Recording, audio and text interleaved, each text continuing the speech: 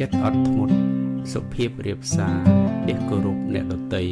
ឲ្យតម្លៃអ្នកដទៃគឺជាសេចក្តីសុខផ្លូវចិត្តនិងសន្តិភាពនៅក្នុងអារម្មណ៍ចេះឯងឲ្យក្រែងចេះគេព្រោះមនុស្សគ្រប់រូបពុំអាចចេះអ្វីគ្រប់ទាំងអស់នោះទេ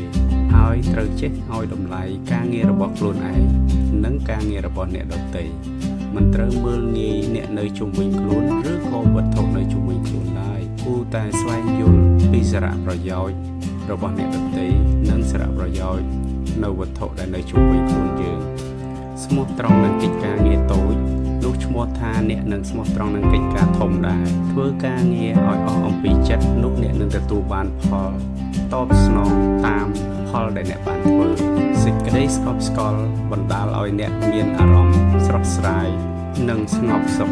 ការកែប្រែវត្ថុចាស់ឲ្យទៅជាវត្ថុថ្មីនោះក៏អាចនឹងក